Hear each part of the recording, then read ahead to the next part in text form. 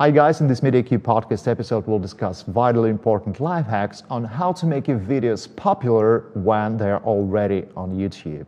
This is exciting, stay tuned.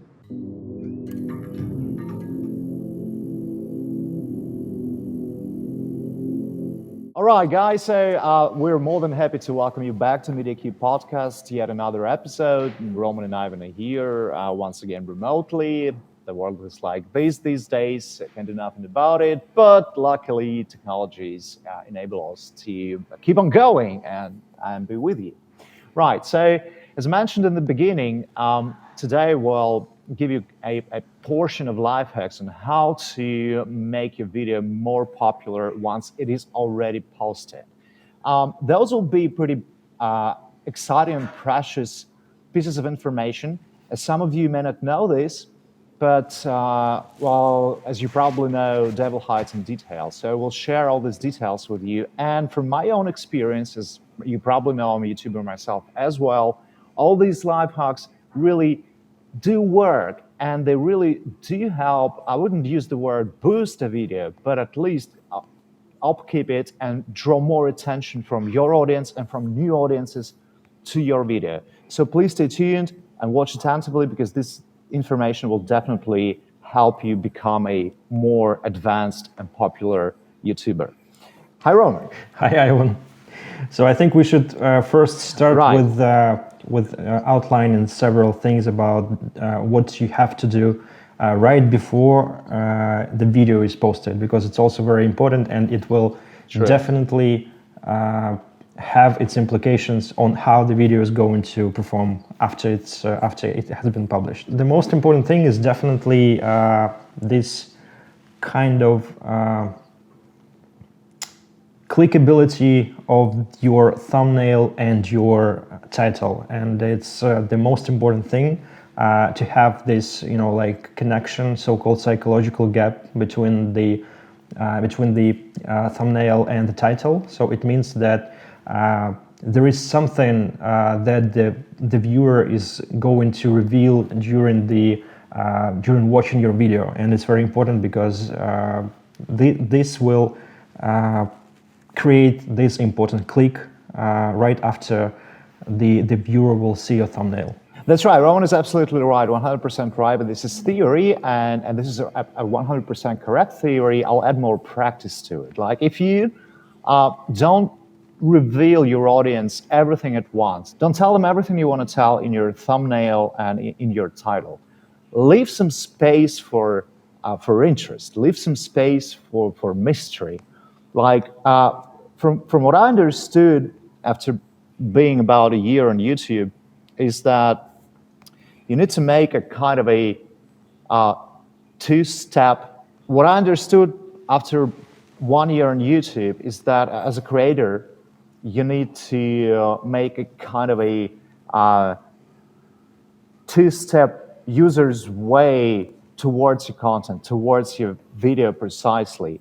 First is thumbnail, then a title, and then your video itself, whereby in the first 30 seconds, you need to grasp their attention as heavily as possible to keep them with you for the rest of the video. So these are three crucial moments: thumbnail, title, and first 30 seconds, even less, right, Roman? Correct, like 10, 15 seconds. 10, 15 seconds, up to 1 minute. It has to keep the audience interested during this period. Right, and one of the mistakes I myself was making at the very beginning is I thought that I needed to tell everybody everything at once, in a thumbnail and in a title, which is absolutely, totally wrong. No, as I put it, as I told you, you need to leave some mystery in it. Like, you need to make your audience and make your viewers want to explore, to investigate and explore. So first, give a clickbait thumbnail with an inscription on it that would grasp their attention. There will definitely be some who connected to your topic, but not reveal it 100%. Try to make them think, this is exciting, what's inside? And then they'll they'll read your title, which also should give them more information about what's in there in the thumbnail, but not all the information again. And only then, after they read the title, make them want to explore what's inside the video, and then in the very first 15 to 20 to 30 seconds, give them an announcement of what you're going to tell them. And this really works. I mean, I've elaborated this myself in a practical way, not just a theory. And it really works. I mean, the videos that have this two-step exploration urge, for audience in a thumbnail and in the title and in the first couple of seconds, they perform way better than videos that just than videos where thumbnails and titles tell everything about what's inside the video. Yeah, that's right. So what I want to say once again is that, and this is very important for the audience, try to make them want to explore.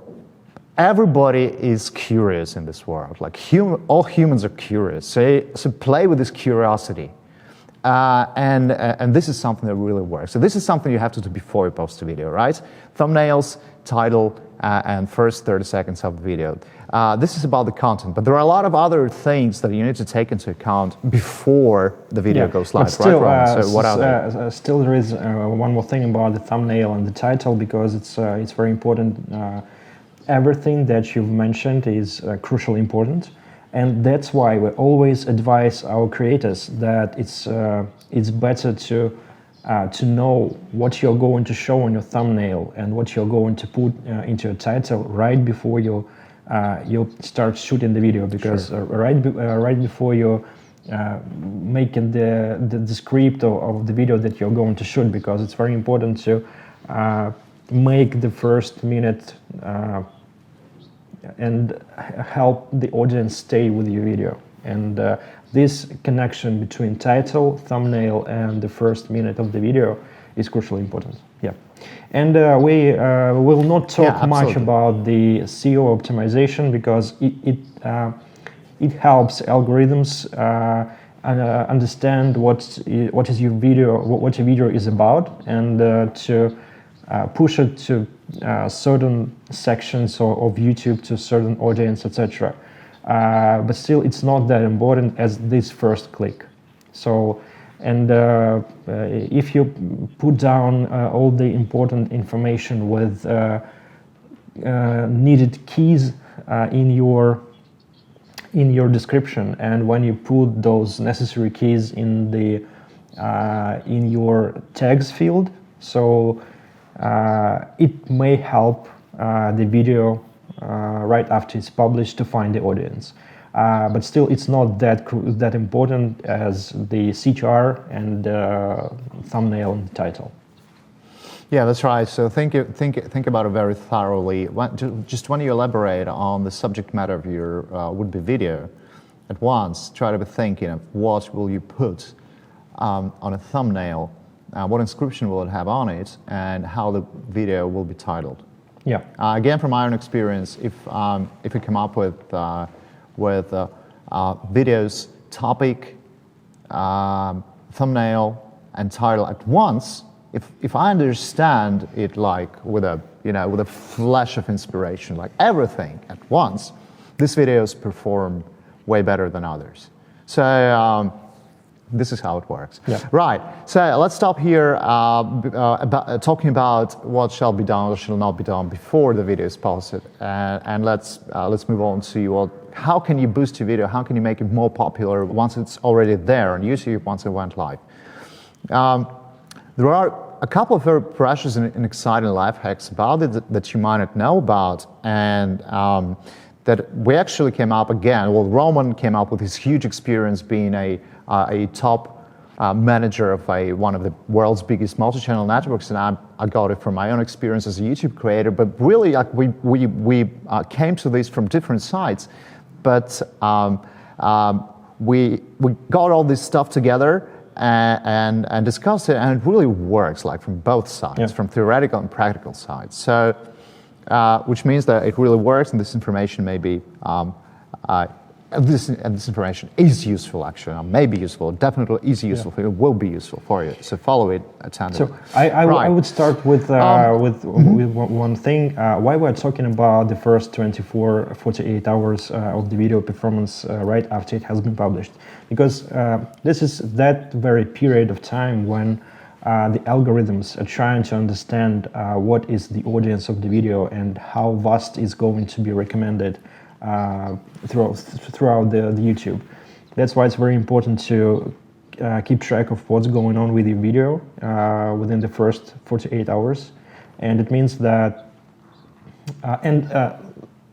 current YouTube analytics gives us very much tips and hints into what's going on with the video. And the YouTube analytics has been developed, upgraded every year, every month, and YouTube team is doing a very great job here to help us understand the metrics and understand how the video is doing, because now the ad hoc data is available right after the video is published. Not so deep as after 48 hours of the video, but still you can track CTR in several hours after it has been published. You can track the duration of the viewer's session on your video almost in 1 hour or something like that.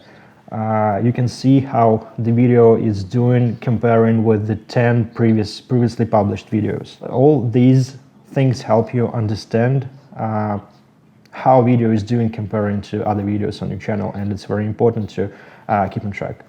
Yeah, absolutely. What you need to understand is in the first 24 hours, and even more importantly, in the first 3-4 hours, if you want a video to be popular, or at least to perform better than other videos, or just to perform well, don't drop it. Like, don't stay with it and analyze it immediately. Analyze what's going on. I had a case in my YouTube biography, I call it this way, right?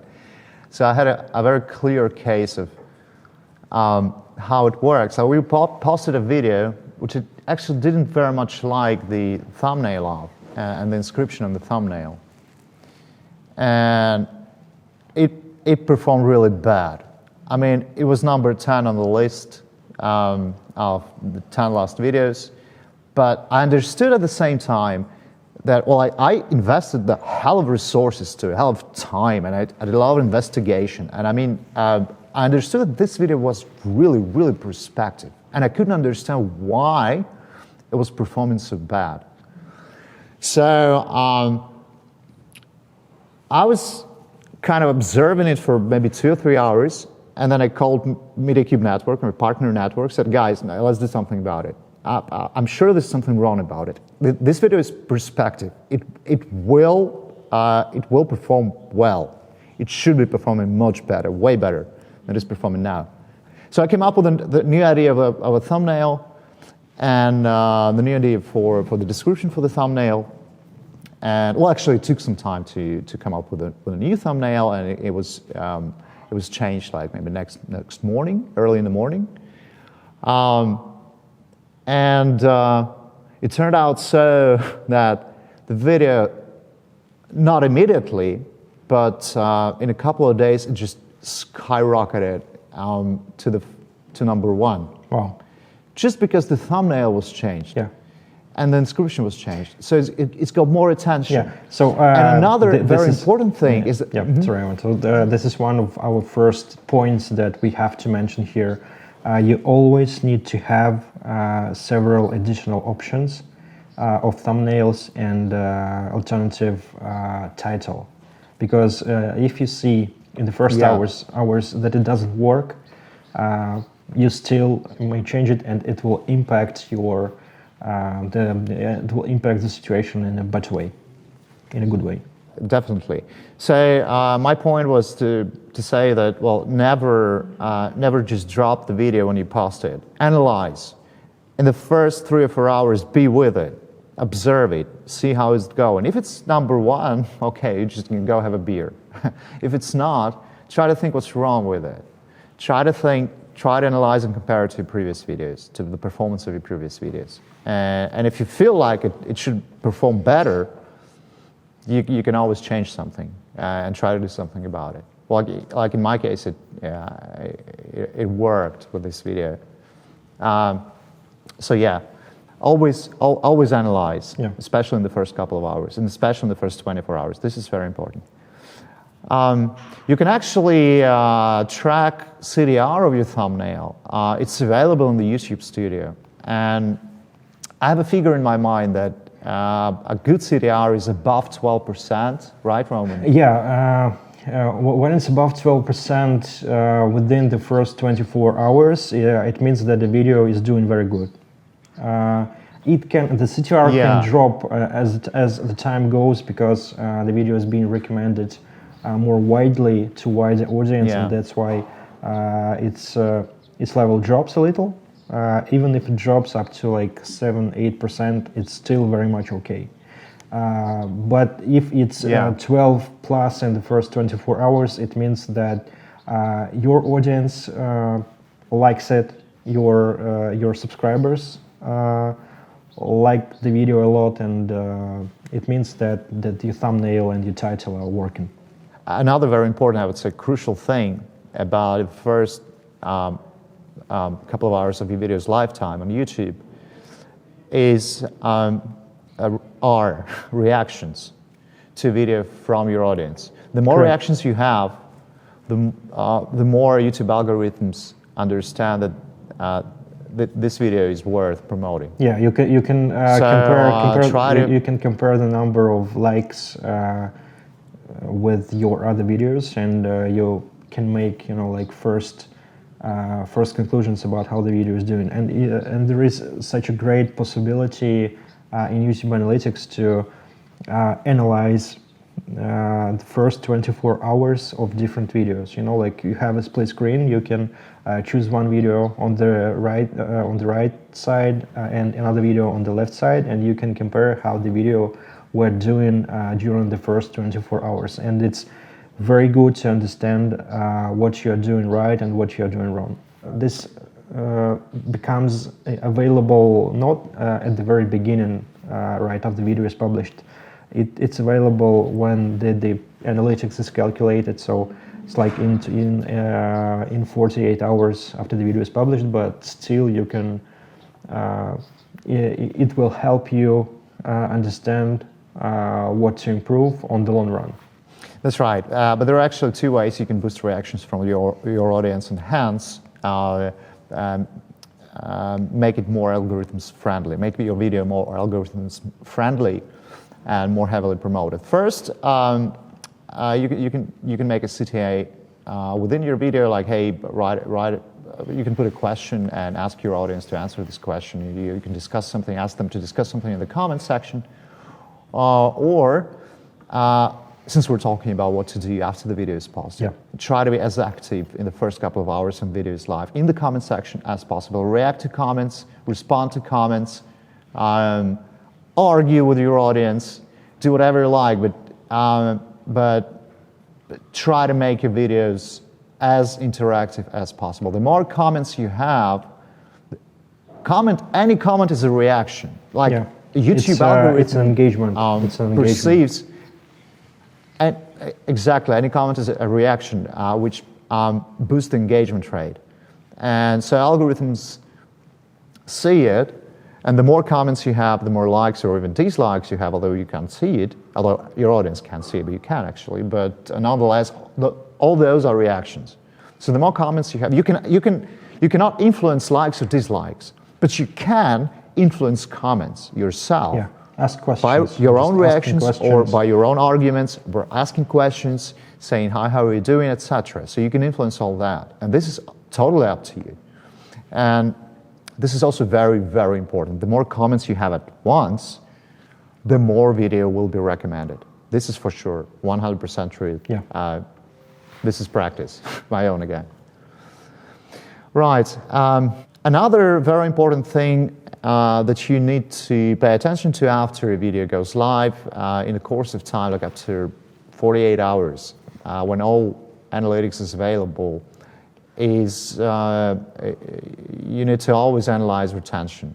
For how long does your audience stay with your video? Yeah, you should analyze you can also compare spikes, dips, top moments. All of these features are now available in the YouTube Studio, and you can analyze them separately, and it's a very good thing for you to understand what are those moments where the audience is trying to watch again, and what are those moments where when the audience just tries to fast forward some parts of your videos. Yeah, and also watch time is very important. We mentioned this a couple of times, but we'll never get tired of mentioning this over and over again. This is very important for algorithms. The more watch time you have on your video, the more it will be promoted and recommended by algorithms. So analyze this also. You can see and you can judge by each and every video how long did audience stay with it, like in percent or in physical time. But this is something you need to analyze thoroughly as well and see what topics worked better in this respect, what topics screwed in this respect. This will help you build your content plan. Actually, this is more strategic part of your job as a YouTube creator. But this is definitely also very important. So you need to understand what topics work, what topics don't, what topics keep people by your side as a creator, and what topics make them go watch other videos from other creators. So always analyze again. And what you should be repeating over and over. Sorry. What you should also do, it's not like in the first 24 or 48 hours after the video is published, but still you can analyze the, like search items, search keys that were used to find your video, and you can track even the duration of the viewing session when someone found your video through one of the keys, and you can even track the CTR of each search key, if I'm not mistaken. And when you see that there is, a specific search key that was used to find your video, and you can see that it performs very well according to your analytics, you should definitely put it somewhere in the description and put it somewhere in your tag fields, because it will help make your position in the top list of this query in the search when someone is looking for this particular thing, and your video is suitable for that. Yeah, so it's also one of those things that should be done. That's right. Several days after the video is published. This is also a life hack about how YouTube works and how its algorithms work. Is that YouTube just loves it when content from YouTube is posted on other platforms, if it's spread to outside YouTube. Yeah. So what you can do about it? I would add here, YouTube loves a lot when there is when the viewing session starts from somewhere outside YouTube, from some kind of social network or from any other platform, website or etc.